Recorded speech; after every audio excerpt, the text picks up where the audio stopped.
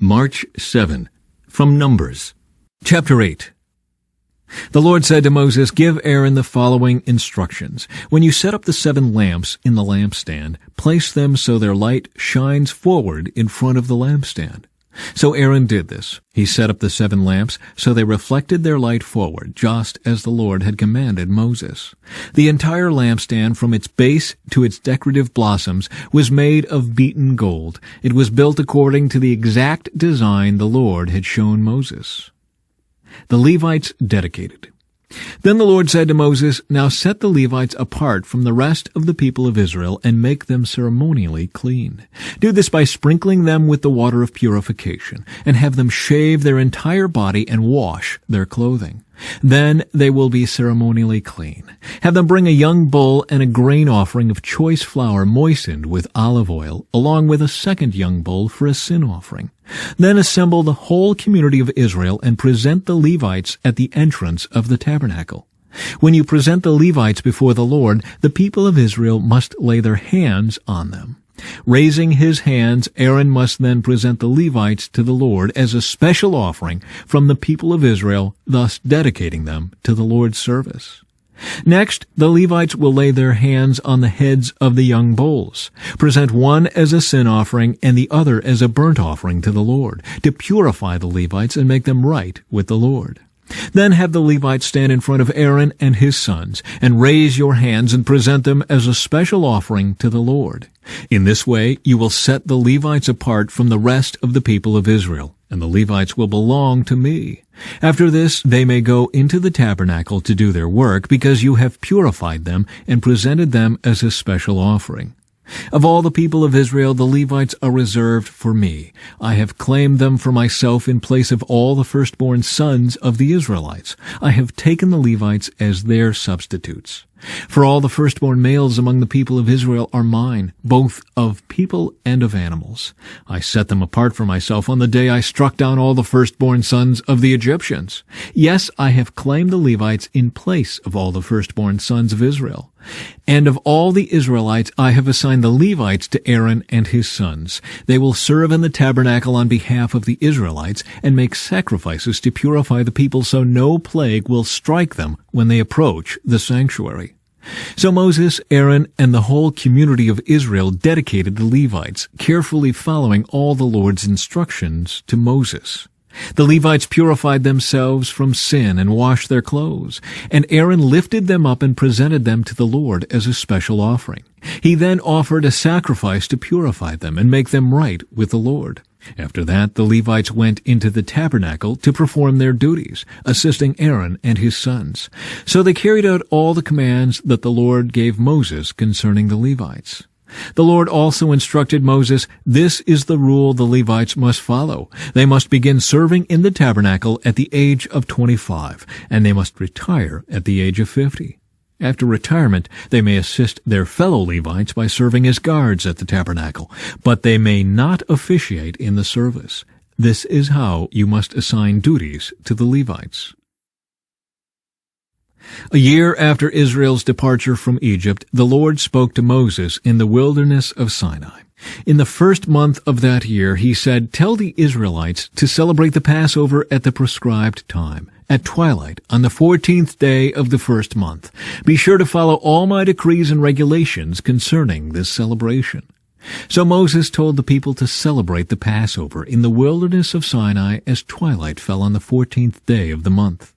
And they celebrated the festival there, just as the Lord had commanded Moses. But some of the men had been ceremonially defiled by touching a dead body, so they could not celebrate the Passover that day. They came to Moses and Aaron that day and said, "We have become ceremonially unclean by touching a dead body, but why should we be prevented from presenting the Lord's offering at the proper time with the rest of the Israelites?"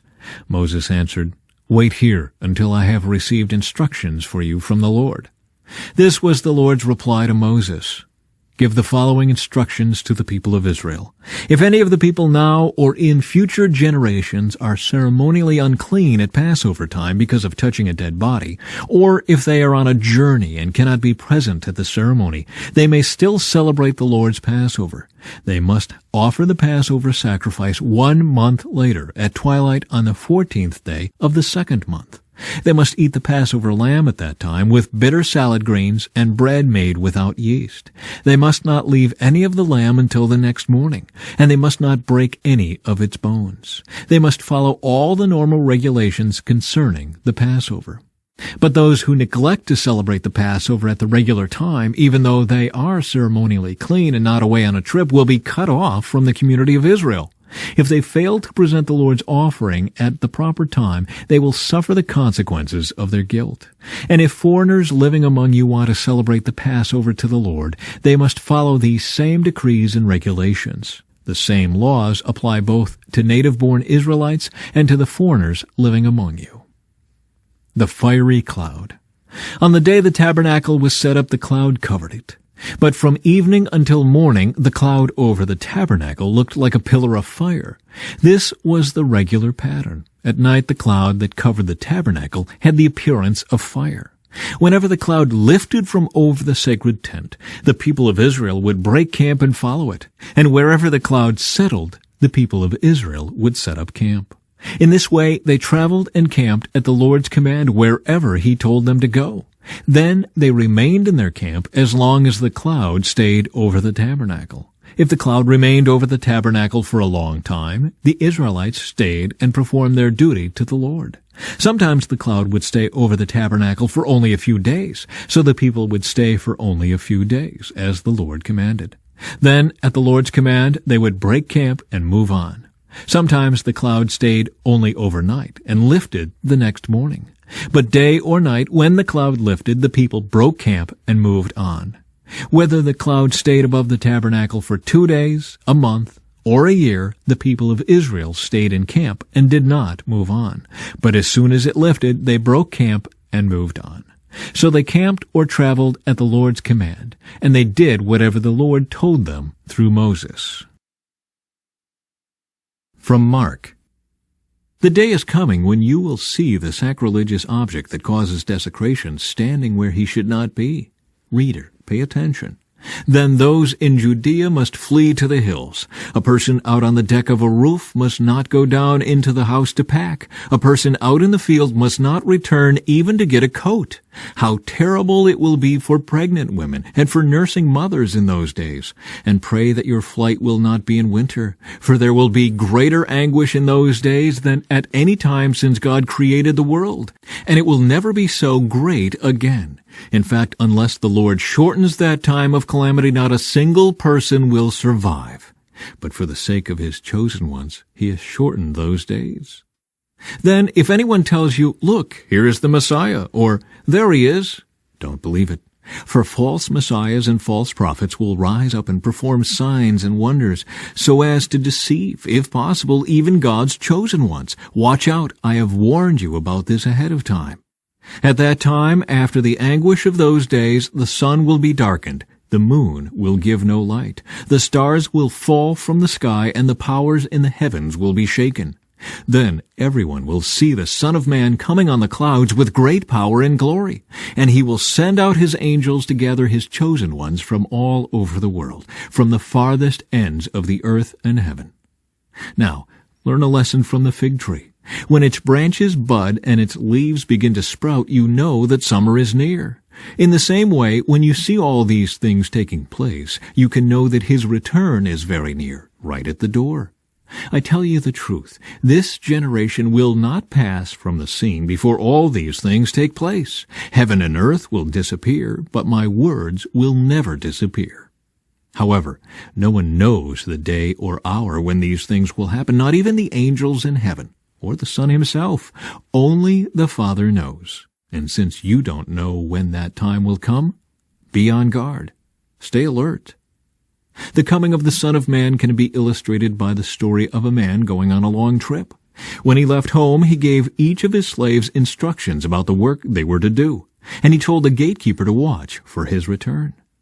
you too must keep watch, for you don't know when the master of the household will return, in the evening, at midnight, before dawn, or at daybreak. Don't let him find you sleeping when he arrives without warning. I say to you what I say to everyone. Watch for him. Psalm 50. The Lord, the Mighty One, is God, and He has spoken. He has summoned all humanity from where the sun rises to where it sets. From Mount Zion, the perfection of beauty, God shines in glorious radiance. Our God approaches, and He is not silent. Fire devours everything in His way, and a great storm rages around Him. He calls on the heavens above and earth below to witness the judgment of His people. Bring my faithful people to me, those who made a covenant with me by giving sacrifices. Then let the heavens proclaim His justice, for God Himself will be the judge. O my people, listen as I speak. Here are my charges against you, O Israel. I am God, your God. I have no complaint about your sacrifices or the burnt offerings you constantly offer, but I do not need the bulls from your barns or the goats from your pens, for all the animals of the forest are mine, and I own the cattle on 1,000 hills. I know every bird on the mountains, and all the animals of the field are mine. If I were hungry, I would not tell you, for all the world is mine, and everything in it. Do I eat the meat of bulls? Do I drink the blood of goats? Make thankfulness your sacrifice to God, and keep the vows you made to the Most High. Then call on me when you are in trouble, and I will rescue you, and you will give me glory. But God says to the wicked, why bother reciting my decrees and pretending to obey my covenant? For you refuse my discipline and treat my words like trash. When you see thieves, you approve of them, and you spend your time with adulterers. Your mouth is filled with wickedness, and your tongue is full of lies. You sit around and slander your brother, your own mother's son. While you did all this, I remained silent, and you thought I didn't care. But now I will rebuke you, listing all my charges against you. Repent, all of you who forget me, or I will tear you apart, and no one will help you. But giving thanks is a sacrifice that truly honors me. If you keep to my path, I will reveal to you the salvation of God. From Proverbs.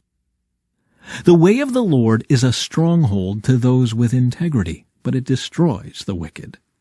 The godly will never be disturbed, but the wicked will be removed